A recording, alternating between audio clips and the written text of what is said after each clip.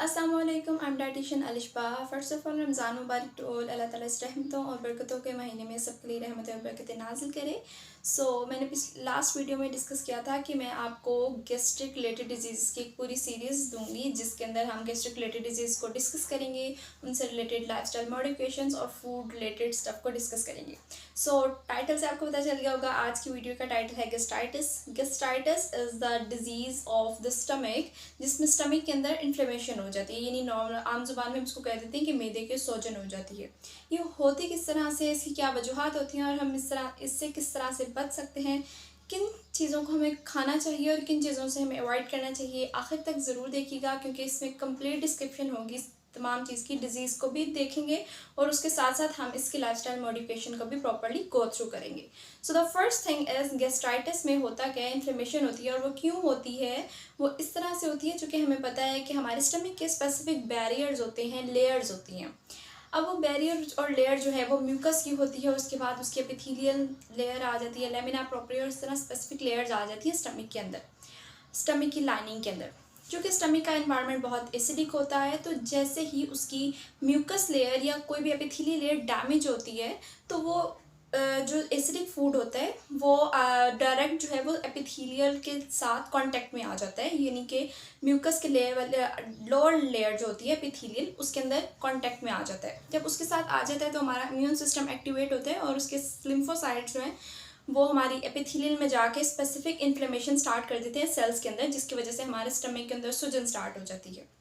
जैसे कि मैंने आपको लास्ट वीडियो में बताया था, कोई भी डिजीज़ की स्वेरिटी को हम 2 फॉर्म्स में देखते हैं, या तो वो एक्यूट होती है या वो क्रॉनिक होती है। एक्यूट फॉर्म में होता क्या है, गैस्ट्राइटिस के केस में कि रैपिड इन्फ्लेमेशन हो जाती है स्टमक के अंदर। On the other side chronic में क्या होता है कि with the passage of time prolonged आपकी सिम्टम्स जो हैं वो काफ़ी स्टे करते हैं और लॉन्ग ड्यूरेशन तक जो है वो आपकी डिजीज़ आहिस्ता आहिस्ता आपकी बॉडी में डेवलप होती जाती है। लेकिन ज़्यादातर अगर हम देखें, बात करते हैं प्रोलॉन्ग सिचुएशन में, तो वो आपकी स्वेरिटी को ज़्यादा जी देखें, जितनी भी डिज़ीज़ अगर आपकी बॉडी में ज़्यादा स्टे करेगी, ऑब्वियसली उसके रूट्स ज़्यादा स्ट्रॉन्ग होंगी और वो उतनी ज़्यादा पेनिट्रेटिंग होगी, इतनी ज़्यादा आपकी बॉडी को डिस्टर्ब करेगी। इन्फ्लेमेशन को, रैपिड इन्फ्लेमेशन को हम लोग कंट्रोल कर सकते हैं। क्यों कंट्रोल कर सकते हैं? By just having some proper medications, by having some proper diet, lifestyle modifications। लेकिन अगर वो क्रॉनिक साइड पे चली जाए तो वो कैंसरसाइड्स की तरफ लीड करती है। जबकि गैस्ट्राइटिस जो है वो प्रोलॉन्ग करता है इन द क्रॉनिक केस में, तो हमारे स्टमक के अंदर स्पेसिफिक सेल्स होते हैं, पेराइटल सेल्स, जो कि हेल्पफुल होते हैं HCl की प्रोडक्शन में, वो वॉश आउट हो जाते हैं, यानी वो रिमूव हो जाते हैं, और इस वजह से हमारे स्टमक की pH ड्रॉप कर जाती है। Now I'm going to tell you about its two types. One is Helicobacter pylori gastritis and the other one is non-Helicobacter pylori gastritis. What is Helicobacter pylori? Basically, H. pylori is a gram-negative bacteria जो कि हमारे stomach के जो कि resist करता है acidic environment को, और वो हमारे स्टमक के जैसे pH भी ड्रॉप कर जाता है और वो एसिडिक इन्वायरमेंट के अंदर सर्वाइव भी कर सकता है। इस वजह से जब मैंने आपको बताया कि पेराइटल सेल्स में HCl की सिक्रेशन ड्रॉप करती हैं, उस तरह से ये हमारे स्टमक के अंदर जैसे ही एंटर होता है तो वहाँ पे अपनी ये इन्फ्लेमेशन स्टार्ट कर देता है और डिजीज़ की स्वेरिटी की तरफ लीड करता है, जिसमें आपको पेप्टिक अल्सर के सिम्टम्स नज़र आते हैं, गैस्ट्रिक मिकोजा की तरफ साइड पे आपकी डिजीज़ जो है वो लीड करती है, और इसके अलावा गैस्ट्रिक कैंसर भी हो सकता है, एट्रोफिक गैस्ट्राइटिस भी हो सकता है, जिसमें होता क्या है कि आपके स्टमक में स्फीयर इन्फ्लेमेशन होने की वजह से आपके डिफरेंट सेल्स जो हैं स्टमक के अंदर अल्सरेशन स्फीयर्स होती जाती हैं, सेल्स रिमूव होते जाते हैं और आपकी जो है बहुत ज़्यादा स्टमक डैमेज हो जाता है, और इसके अलावा बॉडी के डिफरेंट पार्ट्स मेटाबॉलिज्म्स इफेक्ट होते हैं।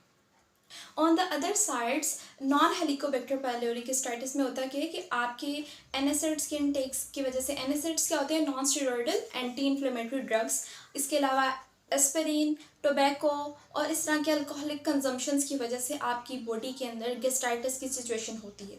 Now I am gonna tell you some of basic symptoms जो कि किसी भी गैस्ट्राइटिस पेशेंट्स को अपीयर होते हैं while suffering from this disease.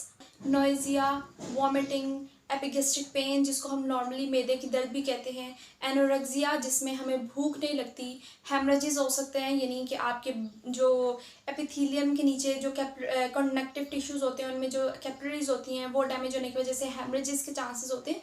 इस तरह से बहुत ज़्यादा सिम्टम्स जो हैं वो स्वेरिटी की तरफ जाती है, डिजीज़ प्रोलॉन्ग होने की वजह से स्वेरिटी की तरफ जाती है और सिम्टम्स जो है उसके मज़ीद स्वेयर होते हैं। अगर हम इसकी मेडिकल ट्रीटमेंट की बात करें तो एंटीबायोटिक्स यूज़ होती हैं मोस्टली और प्रोटॉन पम्प इनहिबिटर्स यूज़ होते हैं, पीपीआईज यूज़ होती हैं। अदर दैन दिस इसके लिए स्पेसिफिक अगर सप्लीमेंटेशंस की बात की जाए या वो सप्लीमेंट्स जो कि गेस्ट्राइटिस पेशेंट के लिए बेहतर होते हैं, उनमें उनके लिए कैल्शियम के होते हैं, विटामिन B12 के होते हैं। ऐसा क्यों होता है? चूँकि इंट्रिंसिक फैक्टर जो कि हमारे स्टमक में इंटेस्टाइन के अंदर होता है वो विटामिन B12 की एब्जॉर्प्शन करवा रहा होता है और गेस्ट्राइटिस के केस में उसका काफ़ी ज़्यादा लॉस हो जाता है, जिसकी वजह से पेशेंट्स के अंदर B12 की डेफिशिएंसी हो जाती है। इसके अलावा पेशेंट्स के अंदर परनीशियस एनीमिया भी हो जाता है। दिस बोन फ्रैक्चर इसके रिजल्ट्स में हो सकता है, चूँकि कैल्शियम की एब्जॉर्प्शन प्रॉपर्ली नहीं हो रही होती। I am gonna tell you some of the foods that you need to choose and which food groups or which food item that you need to avoid. The foods that you need to choose are, in the case of fruits and vegetables, आप मोर avoid करें कि less acidic foods लें।